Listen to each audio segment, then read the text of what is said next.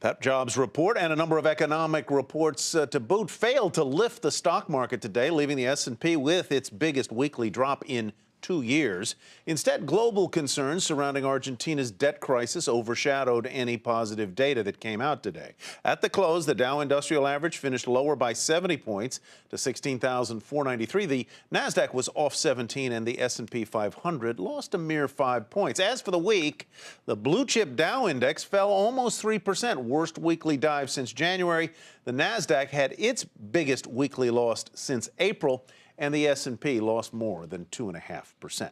So let's talk more now about the economy, today's jobs report, and what it may mean for the Fed and the markets. To do that, we welcome Chris Wolfe, Chief Investment Officer with Merrill Lynch Private Banking and Investment Group, and Mark Zandi, Chief Economist at Moody's Analytics. Mark, let me begin by asking you, was this, as we characterized it at the top, a kind of Goldilocks jobs report, not too hot, not too cold, just about the best you could have hoped for?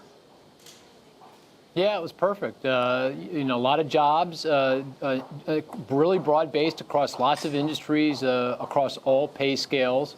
At this pace of job growth, unemployment will continue to decline very rapidly, but we're not to a point yet where we're seeing any significant wage pressures. Now, from a worker's perspective, that's not great. We want to see the wage growth, but from the stock market's perspective, investors don't want to see too much wage growth because that might induce the Fed to start raising interest rates sooner rather than later. Chris, does it also kind of confirm what we've all suspected, which is that the economy is growing slowly and surely and at a pace that is not going to trigger inflation in a big way, at least no time soon?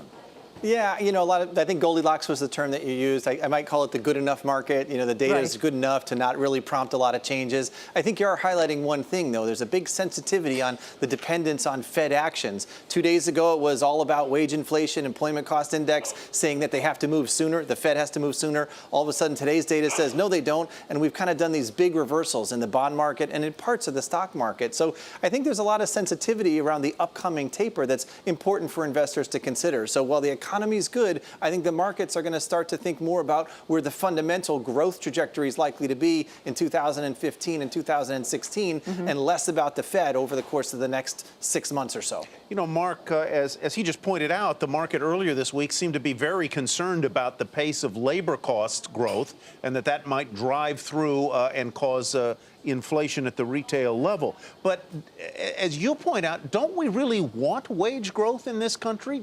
And what is it going to take to get it?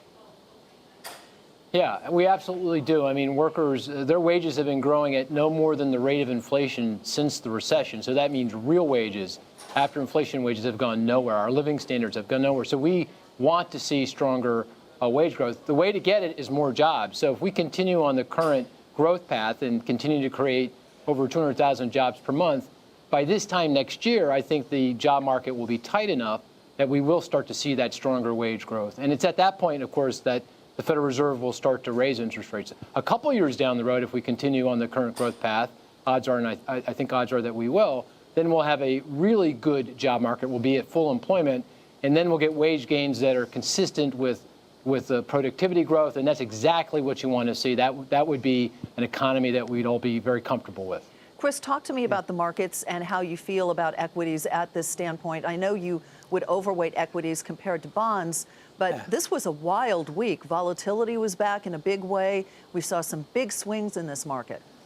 Yeah, there's an air of complacency depending on how you think about the different measures of volatility in markets and currencies and equities and bond markets. So I think this week was a bit of a wake-up call in that things should be a little bit more normal when you focus on fundamentals. So equity markets in particular, I think, saw a lot of that. You saw, I think, a lot of the anticipation that the Fed would change, take some profits, take that complacency a little bit back out of the market. But I think you also have to remember the last 5 years have been about a big bull market. We've had big growth in earnings, and that just good enough comment I made earlier about the economy also applies to equity markets. Revenue growth is just good enough. Earnings growth via operating leverage is good enough to keep, I think, the rally going. And this overweight that we recommend with clients is something simple. There's still not a lot of good alternatives in the fixed income market to make a compelling case to buy a lot more bonds. Some is protection, but not a lot more. Quick thought, Chris. Should individual investors be ready for more volatility as we move through the late summer and into the fall?